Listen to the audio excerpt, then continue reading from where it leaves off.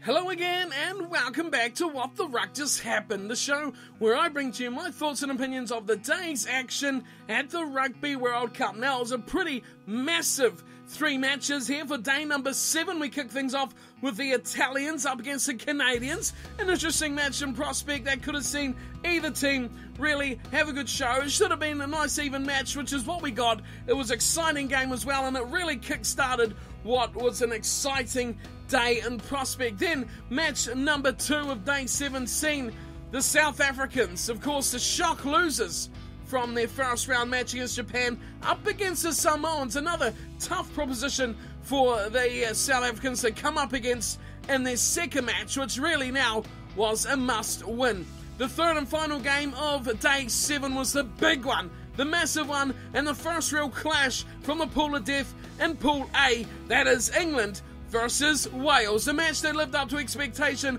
135%, no question, an absolute cracking match, that one between the English, the hosts, and their rivals, really, close neighbours and rivals, Wales. What a matchup that was, but we'll get to that one third. We'll kick things off here for the opening match of the day, which of course was Italy up against Canada.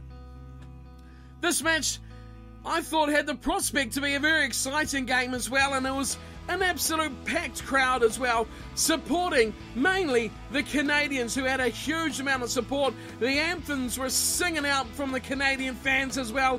It was amazing to see such a huge amount of support for the minnow sides in these matches. If you're an Italian, well, it didn't look very good for you right off the start, because the Italians were getting absolutely hammered by penalties at the breakdown, at the rucks, and it was really putting them on the back foot, and it really was not the start the Italians wanted. The Canadians looked a lot better right from the outset, and the team, that was looking to make the upset, that was Canada, who had it all to do against, the Italians. This would have been a big upset if they could have got this win.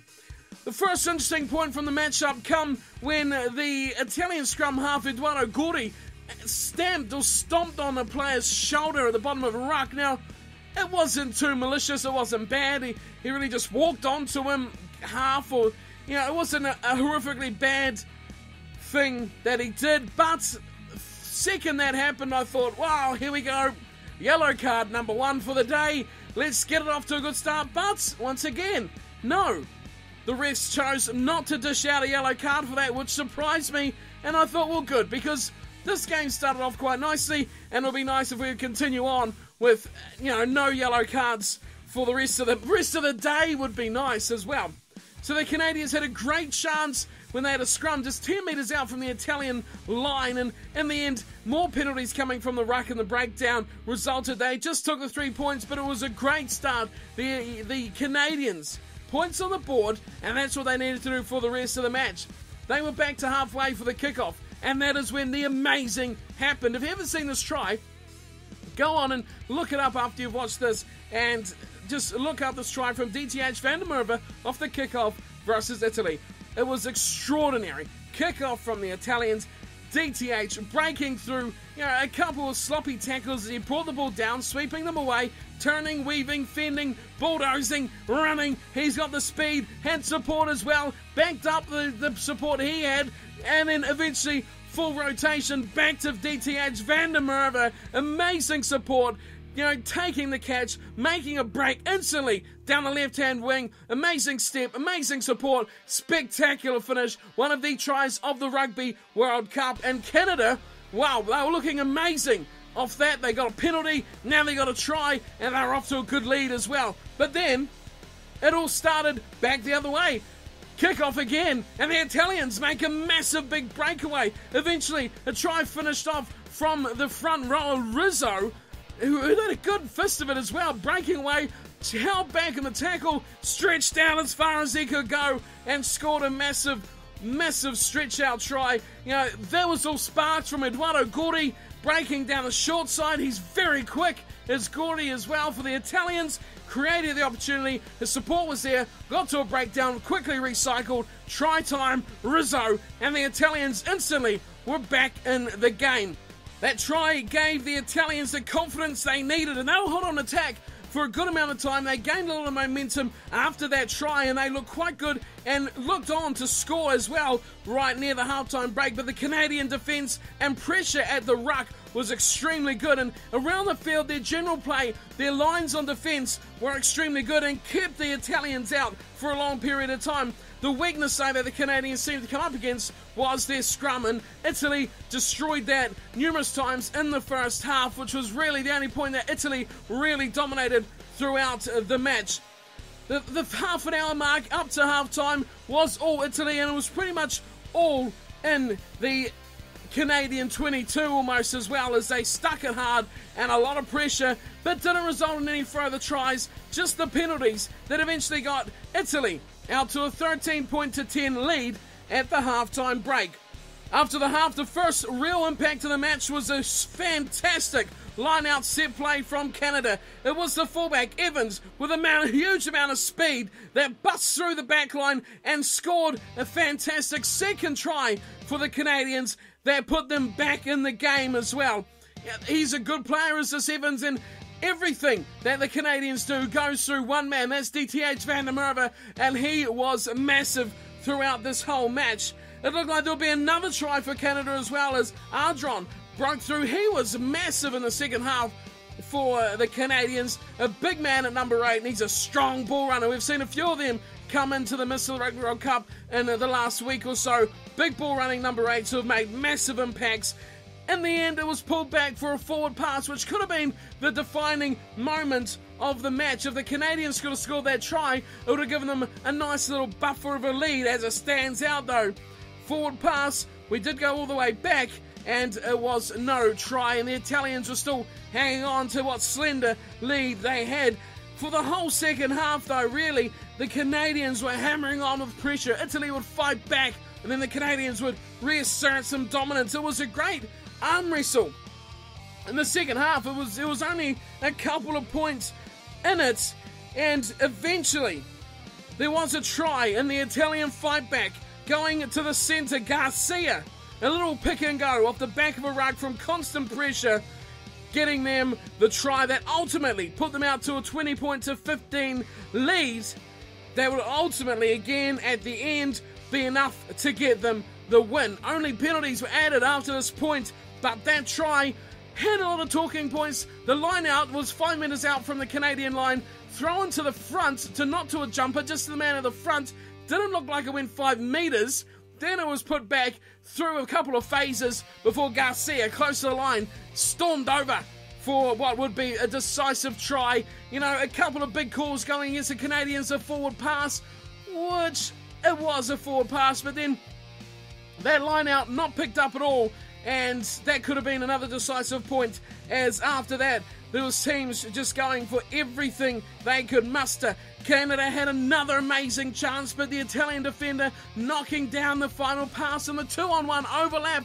You know, that sort of stuff could be deemed professional foul. Do we go back to the old thing of, was he actually trying to catch the ball or was he trying to knock the ball down? Thankfully, no one got dished out any yellow cards, but there was another high tackle from the Canadian defence, which again, we would have seen a yellow card from earlier in this World Cup. Thankfully, though, it stayed nicely 15-15 for the remainder of the match. That was good to see, you know, and the match, I think, prospered from having 15 players on both sides, and it was extremely close. Canada, with all the chances in the world, they took a shot at goal, eventually got it up to 20 points to 18. They were trailing by just 2, and there was about 5 minutes left in the match, but the tight and immensely exciting finish between two teams that you wouldn't have expected to see this kind of action from ended up right at the end, a penalty to finish the match to Tommaso Allen, who was quite good as well. 23-18, Italy sneaking one right at the end. I think DTH van der Merwe, Ardron, the number 8 for Canada, were amazing, but I have to give special credit to the Italian Gordy, the scrum half, easily the best man on the paddock for the two sides. Interesting stat to come out of this game that probably was the reason it was so free-flowing and exciting was the missed tackles. 31 from Canada, 18 from Italy, but that is a lot of missed tackles from 80 minutes of rugby. An exciting match, a fantastic little game that kicked off Day 7 of the Rugby World Cup.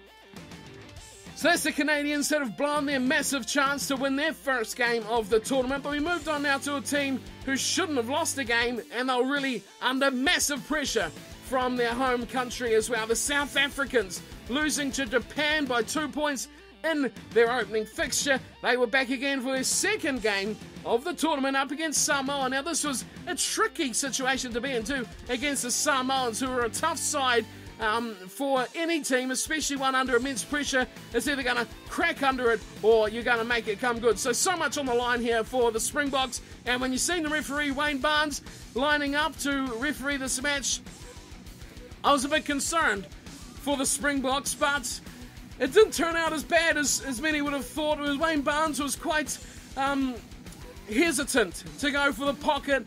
Very happy on his whistle, mind you, but didn't give anyone a yellow card, which is always a positive coming from the match. So instantly, straight off the whistle, South Africa were into the game under 1 minute. They had a 3-0 lead. Again, like the All Blacks against Namibia, a big 30-metre rolling ball uncontested by the Samoans, and they were rolling straight away. But then, of course, Samoa struck straight back, getting their own penalty and tying things up at 3-3. This game was, as you'd expect, I mean, South Africa's a very physical side, Samoa a very physical side as well. So there was brutal scrums, brutal runs, brutal hits, brutal tackles. It was a massively physical game. Samoa was right on attack as well later on into the match in the first half still, and they looked like they were going to go in, but JP Peterson really got the first opportunity for South Africa. Intercept try, and 80 metres down the field, JP Peterson goes to score the first try for the Springboks. Penalties were exchanged after that, but it was still a massive physical battle between these two sides. Samoa weren't giving an inch, but they didn't seem to be able to put points on the board. One man who was impressing, though, for the Samoans was Tim Nanai-Williams, who was showing just how good he is and was the only one who was really standing out for the Samoans. Things were getting a bit testy in the forwards, as well as his little clusters of a bit of biffo breaking out. But in the end, it was a good physical matchup between two very big teams. South Africa were creating a huge amount of chances, but they just weren't able to get the finishing point on the tries. And in the end, they were only taking the penalties when they were given the chance. Eventually, that got them a lead up to 17 points to 6, which was exactly the point of the halftime score as well. But before the half, another chance for the referees to bring out the yellow card after JP Peterson again took a bit of a cheap late shot on Alessandro Tuilangi after he'd kicked the ball away. Again, something we might have seen a yellow card for, but not today. And I think, as it was spoken about on discussions on Twitter and the likes, the refs seem to be changing their idea of what the yellow cards are required for. They seem to be changing how often they're going to the TMO. I think public pressure has influenced a change in the referees after those opening rounds where it was TMO, yellow card, every match, everywhere, calling back tries. That seems to hopefully gone to the wayside now as we're going back to what would normally be seen in a standard game of rugby. At the end of the first half, it was Samoa who went for a 65-metre shot at goal. It did eventually miss, but just wide. It went wide rather than short. It was a massive shot at goal from the Samoans as well. To even get that close, to get that opportunity to take the goal, that could have really made it a bit closer as we headed into the halftime break. But as it standed out, 17 points to 6 was the halftime score, as I mentioned before, and it was a game that it seemed South Africa were controlling and had in the back of their pocket, but just could not finish the chances they were gaining. Samoa never really looked like they were going to score any points, and the boot of Stanley, who was taking shots from just about anywhere on the pitch, was what was keeping them in the game. Into the second half, and it was still penalties that were coming the way of the South Africans. They were going to the line though now instead of to the posts, and they were looking for tries, and eventually, after a long period of possession, straight after the break, it was JP Peterson who scored in the corner. Quick hands, numbers out wide, and it was amazing try. 2 tries for JP Peterson, and as much as I know a lot of people in South Africa aren't the biggest fan of him, he was the one scoring the tries. After that try though, and South Africa had a nice little steady, nice lead, the match turned into quite a stalemate between the two sides, neither giving an opportunity to the other. Mistakes keeping the game mostly centred around the halfway 10-metre lines of each half. So South Africa and Samoa were keeping right on each other, top of each other. Samoans weren't quite good enough, I don't think, to really break into this match and get in behind the South Africans, which ultimately led to their demise as they faded away, as you normally see from the lower ranked sides late on in the match. Things got a bit more interesting as the game wore on, though. Near the end of the game, South Africa seemed to have this in the bag at this point, and then it was Skalkberger who made a massive run, bulldozing run, charging through tackles and just taking everyone out on his way to a fantastic try. But that just seemed to spark the Samoans into life as they were on defence. Massive chance again for the Springboks, but a turnover ball, and then Tim Nano-Williams launched the Samoans from coast to coast, going all the way, but it was disallowed. No try for a forward pass at the last point of action. That would have been an amazing try for Samoa, something they would have really taken back to them after this match if they could have got that away. But really, for its effort, deserved to be a try. Samoa, that was their best chance and their only real chance to score a try against the South Africans. From about the hour mark after that, that's where South Africa really started to assert their dominance in this game, and Samoa faded away without a trace. They were all over the Samoans, and it was almost another try. This time, it was Vili Leroux who just about scored. Thanks to Brian Habana, a little chip over the back. It was almost a fantastic try, but Samoa were hanging in there on their defence. They seemed to have lost their desire on attack and lost what creativity they usually have, and seemed to have no real idea how to break down the South African defence. Eventually, South Africa went back to their roots, back to their line-out rolling maul, and they scored a typical South African try. Shock Brits scoring the replacement hooker, coming on and tailing at the back of that line-out maul all the way for the fourth try, the bonus point try, and that really started the end for the Samoans as South Africa just completely camped themselves in the 22 of the Samoans. Jesse Kriel went off of what looked to be, could be a bad injury as well. Hopefully not too bad, but his eye did look horrifically bad, very puffed up, blood and black everywhere. Hopefully he's not too injured as they're going to need him later on in the tournament. JP Peterson went in 3 minutes from time as the pain was just added on in depth here for the Samoans. His hat-trick as well, another long piece of attack. Samoa just defending. They'd lost all will to compete, it seemed, still by this point. And then in the 80th minute, the game was dead and buried. The lead was massive, but Habana, Brian Habana, the flying winger, dots down and finishes Samoa off 46-6 after that runaway try from Habana. It was just too much, 20 minutes too long, that match for the Samoans, as South Africa fired in 3 tries after the 70th minute, which was the really killing point as you take off 20 points for those 3 at the end, and it would have been mid-20s to 6 instead. Probably would have given the Samoans a bit more motivation at the end, but they were really completely lost for ideas by the time full time came around. The real winning of this match here for South Africa, I think, was just the possession and the territory. That's what they owned, and as a result of that, they really played the Samoans out of the game. The keeping the ball in hand, making the Samoans defend is really what's it's an important thing. Samoa need the ball, they need the territory, and you can see by the stats where South Africa had 61% of possession and 72% of territory, really dominated the whole game for Samoa as they couldn't get into the game. They seemed to get a bit stale, as they seemed to get a bit tired defending constantly. Second half was 66 possession and 78% territory to South Africa, which is a massive amount for a team like Samoa that needs the ball in their hands to, get themselves going, to keep themselves from tackling too much as well. The only disappointing thing from this match was right at the end, when it had nothing to do with the players and nothing to do with the referee either.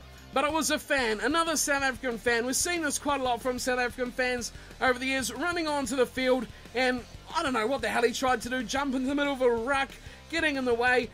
It's a silly thing that seems to really always be in South African matches mainly. We've seen it quite a few times You know, these guys are just scum of the world. It's been such a clean and tidy World Cup up to this point with silly things like that, and it was just a shame. Really put a spoiler on the end of the match as well to see that kind of thing happening. Just stay in the stands, my friend. Just wait till after the match to see your favourite players. I have nothing more to add to that. Now, it was just a poor finish to quite a good match in the end. The final score was 46-6. South Africa's back. They've learnt their mojo. They've got it back. Possession and territory is how South Africa wins rugby games. Their fans will be happy. Their country will be very happy. And I think they are still very much a threat to be reckoned with for the remainder of this World Cup. News just in as well as I edit this video is that Jean de Villiers is out for the remainder of the World Cup. This could be a huge loss for the South Africans and their World Cup campaign. Now into our final match of the day, and this was the massive one. This was the big one. This is the one that had everyone talking. It was England versus Wales. Now, before this matchup, I really would have liked to see Wales do well. But I thought England were going to be too strong. I thought Wales had lost too much from injury. They had lost too many players through different things. You know, like the Halfpenny, Reece Webb we've seen gone before the tournament. And now we've seen a few others depart as the tournament's kicked off. Corey Allen against Uruguay. And it just seemed like it just might be too much of an ask for, you know, the depth of Welsh rugby. But there was always that hope, and there's always that extra pressure, or is it a help that the English have got from their fans? You know, they demand a win here against Wales and nothing less. And it's a big amount of pressure, but it's also that big fandom that you have at your own home ground as well. So into the match, and what I thought was interesting straight off the buzzer was that Sam Burgess was starting. Now, this is a big call to have him starting in the centres as well. Is he up to international level rugby? I'm not convinced. I think he got found out a few times in this match against Wales, and sure, he did some good things as well, and he put some big tackles in on Jamie Roberts as well, which is really why he was there. But I think just his defensive lines, his coverage through, you know, drifting defence was not quite as good as it needs to be as well. Hit on one-on-one, he's your man. But if we get some sliding defence going sideways, Wales found a few spaces throughout that match up against Sam Burgess. Penalties were the only call of the day, as it was Wales who got out to the first good start, 3-0. They led early on, and the Welsh defence was tested early, and they seemed to be up to it, up against the English attack, and the scrum was a big talking point straight off the whistle as well. England demolished the Welsh scrum early on, and that was how they got their first points of the game. 3-3 was the scoreline early on. Then we've seen more points trying to be accumulated through other ways. The drop goal coming to the Arsenal as both teams looking for the option to take the drop goal. Eventually it was England who got a drop goal through Owen Farrell, and they took some penalties as well. Both sides opting for the kicks before they took anything else, and the scoreline slowly but surely made its way up to 9 points to 6. It was a pretty testy match between these two teams as well. Neither wanted to give an inch, and there was quite a bit of scuffle going on between the sides about halfway through the first half. The ref, how much in control of this match was he? I'm not even convinced when we're talking about the ref who this guy even is. I never heard of him before, and he come into this game and he seemed, to be fair, a bit out of his depth. Was he good enough to be refereeing at this level from a man that I'd never heard of?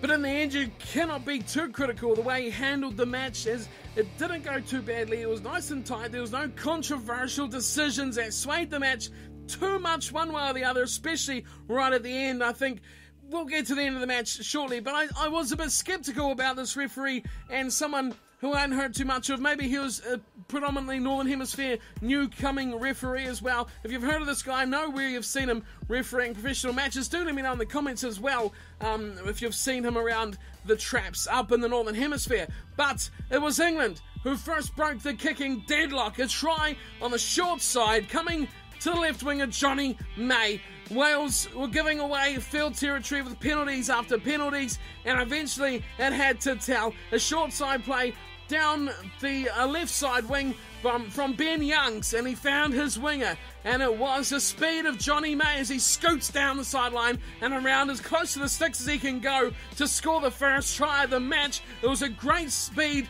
from Johnny May that set that one up. It was all created from a set play at the line out and then a quick recycled ball. And we all know Ben Youngs is a pretty gifted scrum half as well when he decides to run the ball. He found the space and he created the try. England were looking good at that point and they got the first try. And straight away it looked like maybe Wales, if they're not intact, if they find themselves 10 points behind, it could be a little too much for them to come back from. They did, however, just before the break, get another penalty goal, and that did bring them back up to the halfway score of 16 points to 9. England with the lead, but I think one of my real concerns that first half from the referee was the things that he did miss, some knock-ons and some not straight line-out throws that were glaringly obvious from his position. Both ways that went as well. I guess it did even itself out in the end, but after the big debacle about everything going after the TMO, it seemed that they've done a complete turnaround, and now nothing is even getting looked at whatsoever. So in the end, it did even itself out, and we went to half-time. The score is 16-9. England lucky not to be a man down just for the break as well. Very cynical Ruck penalty after Burgess got skinned in the defensive line. Wales were nearly through for the try, and then it was a definite holding on to the player in the ruck, and that gave the Welsh that 3 points just before the break. But again, something else we would have seen normally, a yellow card come from. So half-time, it was 16-9, and we move into the second half, and penalties kept getting exchanged between the two sides. It was still tight. It was still close. It was 19-12 to England before we seen what could be concerning for the English in the future of the tournament, where we see Ben Youngs and Courtney Laws go off. Both seem to carry little nibbles, especially Laws seemed to go off and get wrapped up in some kind of way. Ben Youngs didn't look too flash as he went off either. Hopefully, for the English sake, they are just short injuries, as we cannot afford to see too many more injuries, especially from Wales, but their day didn't get much better later on in the match. From the second half, though, about the 50th minute, Wales started to change the tide and they started to dominate the match. The penalties were piling up on the English and the Welsh were flying upfield. The ruck offences were coming thick and fast from England, and consistently they were giving the Welsh ball to kick upfield. They were slowing down their ruck ball, which is giving away the penalties, but Wales were kicking the goals and they were kicking up for touch. Eventually, they went up to 22-18 ahead on penalties. It looked like only a matter of time before Wales were going to get over for a try of their own and really make this game interesting. But then the ultimate momentum killer happened. Injuries. Scott Williams went down. Halem Amos went down. Liam Williams went down. 3 players were left, and they had scrum halves coming out onto the wing. They had fly halves coming out and playing in the centres. Reece Preston and Lloyd Williams were coming in. Cuthbert was putting North into the centres. There was all sorts of disarray going on for the Welsh backline as they just were running out of players, and the injuries were looking pretty bad. Dislocated shoulders maybe for Amos. Liam Williams looked absolutely destroyed. It was looking so bad, and I thought, oh wow, this is going to really kill their momentum because they are looking so good, and then it's just going to, new players, they're going to lose everything they've worked towards. And I was fearful that was what was going to happen, and England would find a way and they would gain their ascension back to their way. But then, with all the injuries, seemed to unite the Welsh side, and the craziest thing happened. They scored one of the most special tries you will ever see. From in their own half, it just sparked from nothing. They gave it some width around halfway, and they scooted away. Big breaks, big runs, big clear out to the ruck, quick recycled ball. That was the big key, and that is ultimately what gave them the final try. Gareth Davies scoring it on the 70th minute. Bigger, converted, and it was game on. It was 25-25 between Wales and England. Could it get any closer with 9 minutes left on the clock? It was absolutely tense. As tense as you could ever imagine. And if anyone watched this game, you'll know exactly what I'm talking about. Whether you supported England, whether you supported Wales, whether you were a neutral, it was so tense between these two sides. Someone had to win. 25-all would have been a dreadful way for it to finish. But the momentum didn't finish there. Wales kept up the pressure, and eventually they got a penalty on halfway. Step up the man. It was Dan Biggar from halfway, right in front. A massive kick for this match by Wales, and Biggar put them in the lead 28-25 with just 6 minutes to go.